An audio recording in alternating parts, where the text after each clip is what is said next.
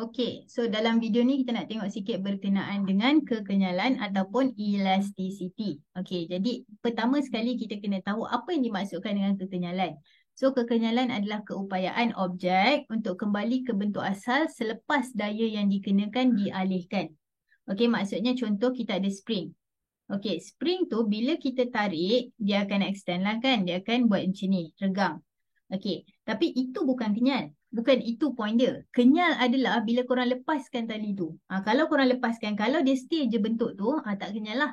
Tapi kalau dia kembali ke bentuk asal, selepas kita lepaskan, maksudnya kita dah tak kena, daya yang kita kenakan tadi tu dah tak ada kan. Itu baru kita panggil sebagai, objek ni adalah kenyal. So, the ability of an object to return to its original shape after the force applied on it has been remove. So, itu yang baru kita panggil sebagai kenyal. Jadi, kat sini ada 3 situasi. Adakah objek di bawah kenyal? Jadi, yang pertama kenyal lah. Yang kedua pun kenyal. Yang ketiga tak kenyal. Okey. Jadi, dalam kepala kita kena bayangkan beza tau. Beza antara objek lembik dan objek kenyal bukan benda yang sama. Okey, objek lembik dan objek kenyal bukan benda yang sama. Okay, so objek-objek yang kenyal ni kita akan belajar dia tertakluk di bawah satu hukum yang kita panggil hukum Hooke ataupun Hooke's Law. Okay, so Hooke's Law ni dia ada formula dia sendirilah iaitu F sama dengan Kx. So F sama dengan Kx di mana F adalah daya, K adalah pemalas spring dan X adalah pemanjangan spring. Okay, so kalau korang tengok dekat sini, bila tengok perkataan pemalas spring macam tak familiar kan? Tapi buat masa ni, okay, just bayangkan pemalas spring tu umpama kekerasan spring. Maksudnya kalaulah spring tu keras kan, macam korang ada spring lepas tu macam, keras spring ni nak tarik susah. So maksudnya pemalas spring dia tinggi. Okay, tapi kalau macam lembik je spring ni, so maksudnya pemalas spring dia adalah rendah. Okay, jadi kita try dekat sini dalam soalan ni, kita ada spring 10 cm. Okey, tapi bila kita letak daya ataupun pemberat sebanyak 3 Newton, dia meregang sehingga menjadi 12 cm. Jadi kalau soalan kata hitung nilai K. Okey, so apa yang kita buat adalah kita pakailah F sama dengan Kx ni. So F kita adalah daya. So daya kita adalah 3. Okey, kita nak cari K kan. Lepas tu kita letak X kita. So X adalah pemanjangan. Jadi starting kita 10. Tapi sekarang dia jadi 12. So 10 nak jadi 12. Beza dia adalah 2 cm. Jadi K adalah 1.5. Tapi unit dia akan jadi Newton cm negatif 1. Kenapa cm? Sebab unit untuk pemalas spring ni dia bergantung kepada pemanjangan kita. Okey, cm boleh, meter boleh. Okey, tapi kena sama. Maksudnya kalau dah pemanjangan kita pakai cm, pemalas spring Newton cm negatif 1. Kalau pemanjangan kita pakai meter dan kita punya spring tu pun, pemalas spring pun Newton centimeter juga. Okey, jom kita try buat satu lagi soalan. Okey, satu spring, okey, asal dia panjang-panjang adalah 10 cm. So dalam gambar ni spring ni asal-asal dia 10 cm lah. Bila kita letak beban ataupun load 6 Newton, dia memanjang menjadi 12 cm. Soalan pertama, berapakah nilai pemalas spring? What is the spring constant? Basically kita cari K lah. Jadi kita gunalah F sama dengan Kx. So F kita adalah 6, K kita tak tahu, X adalah 2. Jadi tekan kalkulator, korang akan dapat K sama dengan 3 Newton cm negatif 1. Okay. Soalan kedua, dia kata beban ni 6 Newton kita tak nak pakai dah. Tak nak pakai, kita pakai 8 Newton. Dia kata berapa panjang spring yang baru. Okay, ni penting untuk korang faham. Nama K ni adalah pemalas spring kan. Jadi kalau kita pakai spring yang sama, K tu malah lah. Okay, maksudnya kita dalam soalan ni, kita hanya tukar beban je. Kita tukar 8 Newton ni, daripada 6 jadi 8. Tapi spring still spring yang sama kan. So kalau spring yang sama, K kita masih lagi 3. Jadi F sama dengan Kx walaupun kita dah tukar 8. Okay, kita dah tukar 8. Tapi K kita masih lagi 3. Okay, K kita masih 3. Kenapa? Sebab masih spring yang sama. Jadi sekarang kita boleh cari nilai X. Okay, so bila korang tekan kalkulator, 8 bahagi dengan 3, korang akan dapat 2.67. So X adalah 2.67. Tapi tak habis lagi. Sebab ini adalah pemanjangan. Okay, ni adalah dia punya extension. Maksudnya daripada 10, dia akan extend. Jadi, yang ni pemanjangan dia 2.67. So soalan kata berapa panjang dia yang baru. So panjang tu adalah total of everything. Jadi 10 tambah 2.67 korang akan dapat 12.67 sentimeter. Jadi itu adalah panjang dia yang baru. Okay. So maksudnya sekarang ni kita dah tahulah pasal hukum Hooke kan. Oh satu lagi. X tu pemanjangan kan. Tapi sebenarnya X tu adalah perubahan tau. Okay, X tu adalah perubahan panjang spring. Jadi macam dalam soalan ni. Contoh kita ada spring tapi kita letak beban atas dia. So dia akan memendek lah kan. Jadi contoh soalan kat sini. Dia kata spring tu asal-asal dia 10 cm. Okay, dia punya K adalah 1.5. Berapa dia punya panjang selepas? Okay, so F equals to KX. So F is 4. Okay, K adalah 1.5. Jadi kita cari nilai X. So 4 bahagi 1.5, kita akan dapat 2.67. So maksudnya dia akan compress. Dia akan memendek sebanyak 2.67. Tapi ni bukan jawapan akhir sebab soalan minta length. Jadi starting dia 10 tapi dia memendek sebanyak 2.67. Jadi soalan sebenarnya tanya ni berapa sekarang. So 10 tolak 2.67 korang akan dapat 7.33 cm. Jadi jawapan dia adalah 7.33 cm lah. Right. So itu adalah cara macam mana nak guna hukum Hooke punya formula tadi. Okay, sekarang ni hukum Hooke kita baru belajar formula dia. Sebenarnya dia ada dia punya definisi. Okay, so definisi dia sebenarnya berdasarkan hukum Hooke tadi punya formula. Okay, apa maksud cikgu? Maksud cikgu adalah hukum Hooke tadi kita dah belajar formula dia adalah F sama dengan KX. Jadi bila F bertambah, kan kita letak beban yang lebih berat, mestilah extension dia bertambah. Jadi itu sebabnya dia punya definisi perubahan panjang spring ataupun extension of spring adalah berkadar langsung, directly proportional to the force applied, kepada daya yang dikenakan. Maksudnya kita punya X adalah berkadar terus dengan daya lah, logik, sebab bila kita tambah beban, panjang pun akan bertambah perubahannya.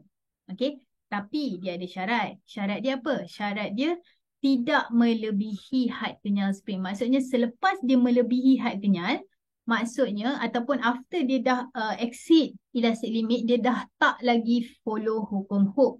Jadi contoh dia macam ni. Contoh katakanlah korang ada spring dekat pen tu kan. Pen korang ada spring. So kan kita suka bawa keluar main-main kan. Okay, kita pun bawa keluar main-main semua.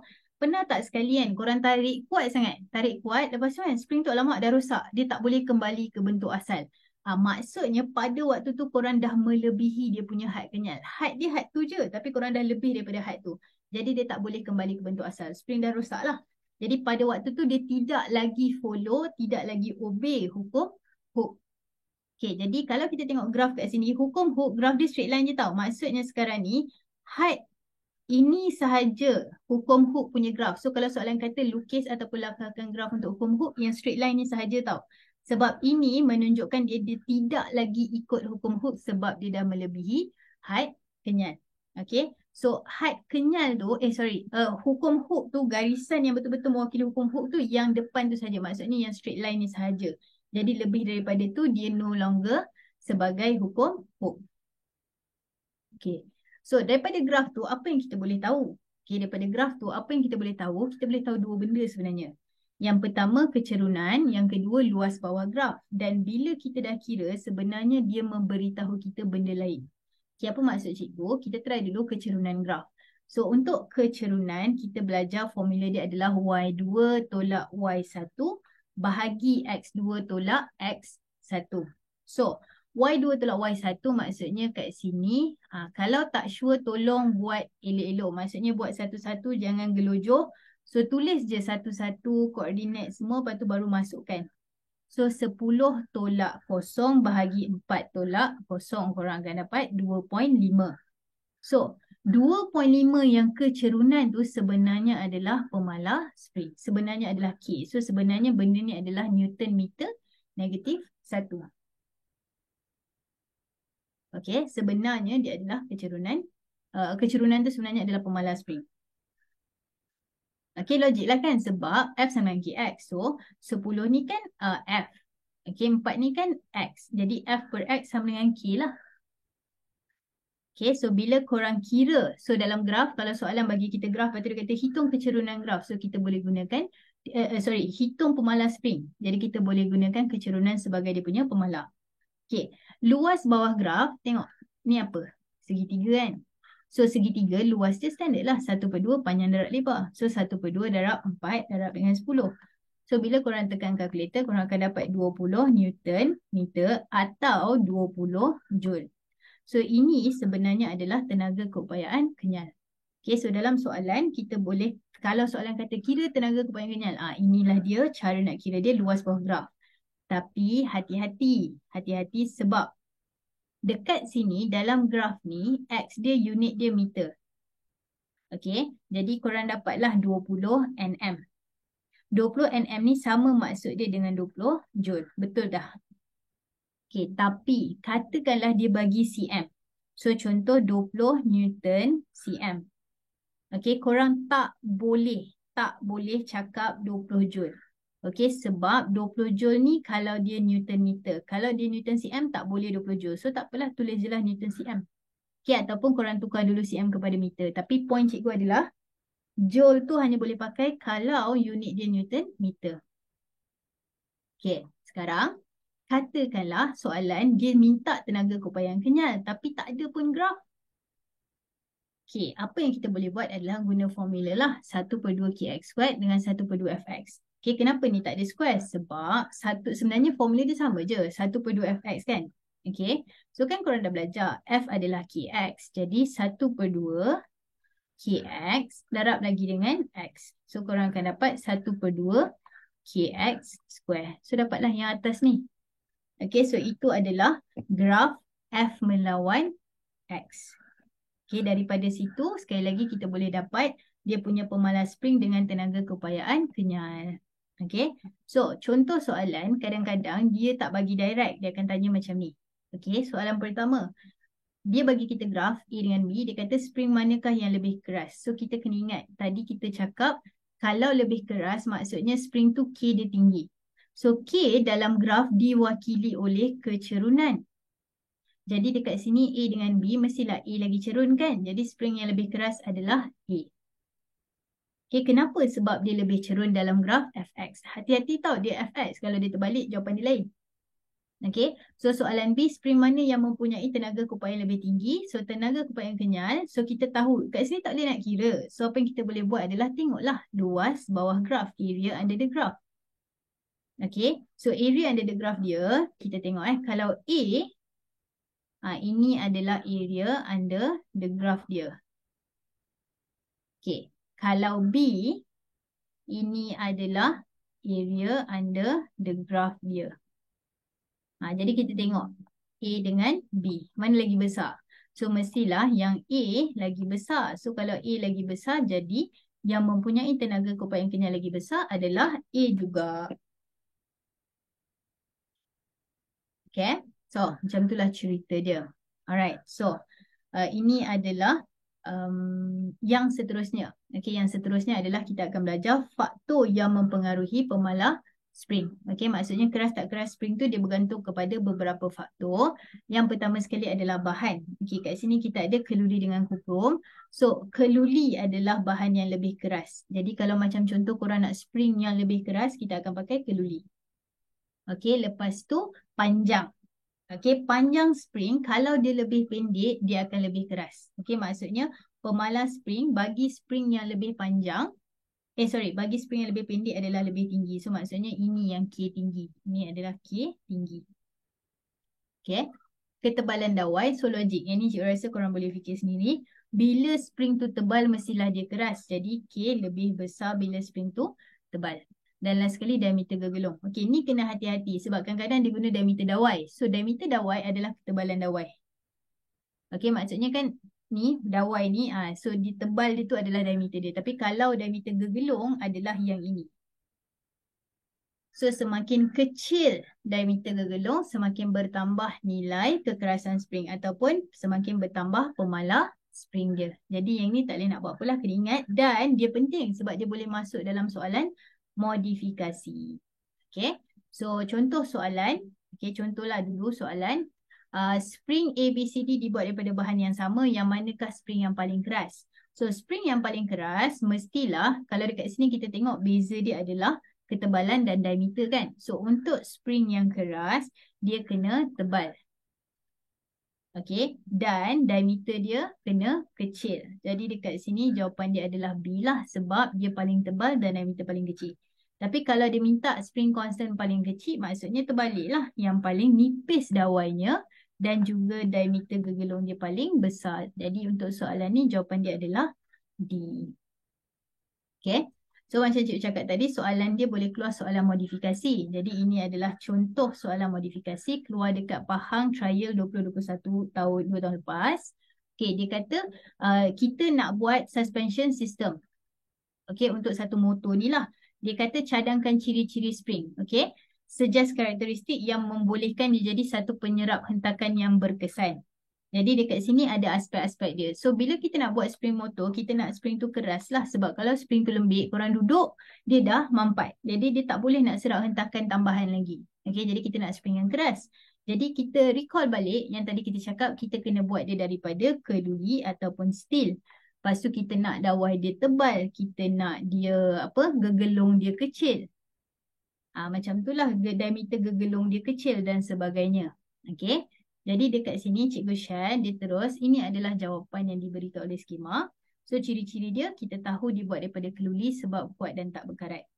Okay, so dekat sini dalam exam korang jangan jawab macam ni pula. Jangan jawab, dia memang jadual dia macam biasa je. Cuma kat sini cikgu nak kongsikan bahawa bila kita bagi sifat-sifat spring yang kita harapkan tu, sebenarnya jawapan dia boleh je pakai mana-mana. Contoh, spring pendek kita kata pemalas spring tinggi.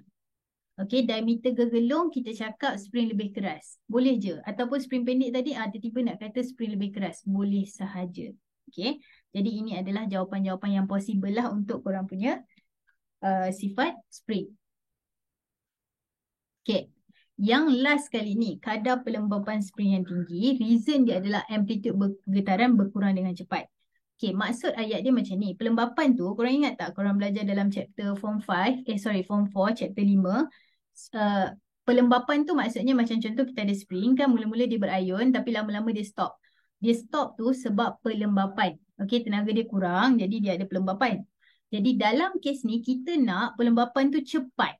Okey, kadar pelembapan yang tinggi maksudnya pelembapan tu cepat. Contoh motor tu langgar lubang, dia akan cepat macam contoh okey, dia langgar lubang dia akan jadi macam ni kan, tapi dia akan cepat stop.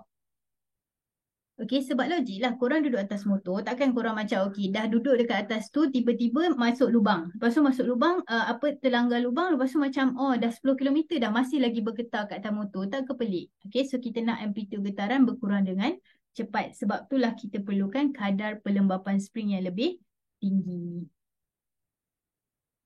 Okey, bahagian terakhir dalam spring adalah susunan spring.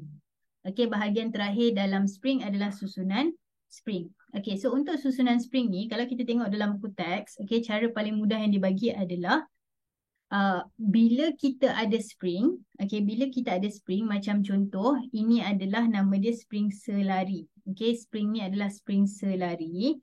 So, F ni, okay, tegangan pada spring, okay, akan dapat 1 per F. Sorry. F per 3. Okey, maksud cikgu, nilai yang spring tu akan pegang, maksudnya tegangan spring tu adalah nilai sebenar bahagi dengan jumlah spring. Okey, korang bayangkan macam ni lah. Okey, kita ada satu beban. So, ada 3 orang tolong tarik beban tu. Kan dia berkongsi beban tu. Jadi, F per 3, F per 3, F per 3. Bila tambah, dapatlah F balik. Itu adalah caranya kalau dia dalam keadaan selari. Okey, disebabkan itu, X pun akan bahagi 3. Maksudnya daripada asal, contoh ni spring asal. Okay. Bila dia meregang, dia akan memanjang kan. So dia punya pemanjangan akan jadi X per 3 juga. Okay. Kenapa? Sebab F tadi F per 3. So kalau spring dia ada 4, jadi X per 4 lah. Okay. Kalau spring dia ada ada 2, jadi dia per 2 lah. Macam tu. So itu adalah kalau dia dalam keadaan parallel ataupun selari. Okay, so dalam keadaan yang kedua adalah kalau dia bersiri. So kalau siri pula, F dia kekal. So F dia kekal. Jadi kat sini F dia still F. Yang ni pun F dia still F. Okay. Jadi tapi dekat setiap satu ni macam contoh kan. Yang ini pun akan sebab dia kan F sama dengan KX. So kalau dah F tu adalah F, jadi X tu adalah X juga. Jadi kat sini X juga. Jadi total untuk siri dia akan jadi 2X. Kenapa? Sebab kita ada 2 spring. Okey, jadi senang cerita kalau selari F dia tu kita akan bahagi dengan jumlah spring. Jadi setiap satu spring akan rasa atau akan handle ataupun akan pegang tegangan sebanyak jumlah F bahagi dengan berapa spring yang diorang ada. Okey, tapi kalau X dia pun bahagi dengan berapa spring yang diorang ada. Tapi kalau sesiri, F dia kekal sebagai F tetapi total pemanjangan dia akan jadi 2 darab dengan, X darab dengan jumlah spring yang ada. Okey, so kalau ada 2 spring, 2X lah. Kalau ada 3 spring, 3X lah.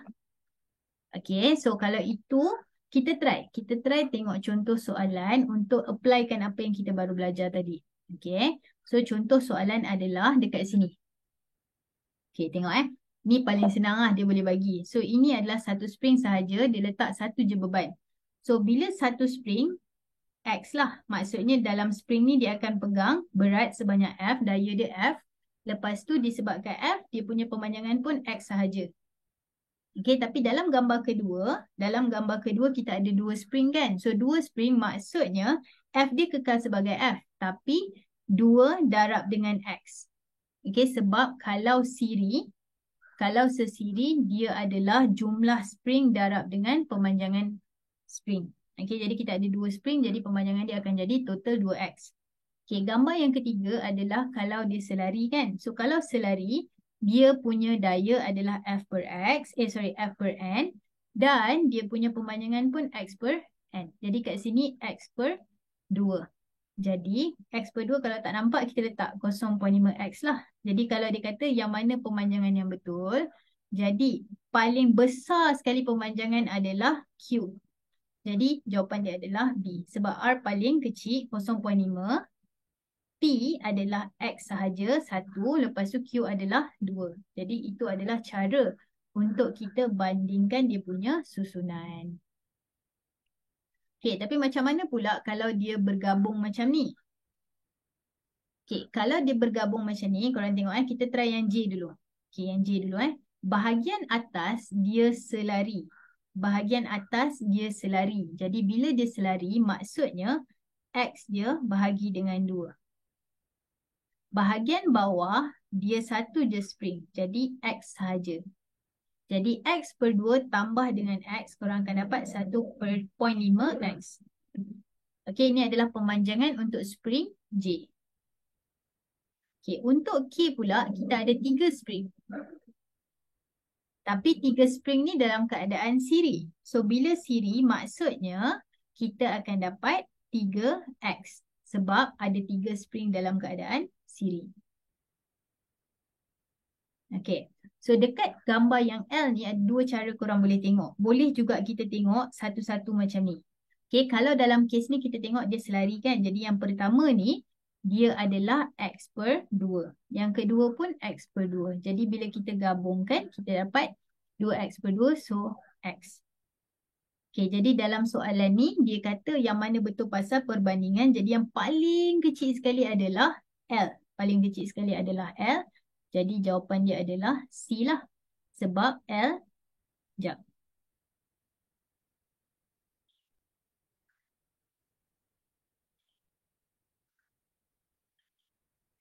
Okey, kejap. Sabar. 2X per 2. So paling kecil adalah L. Diikuti oleh J.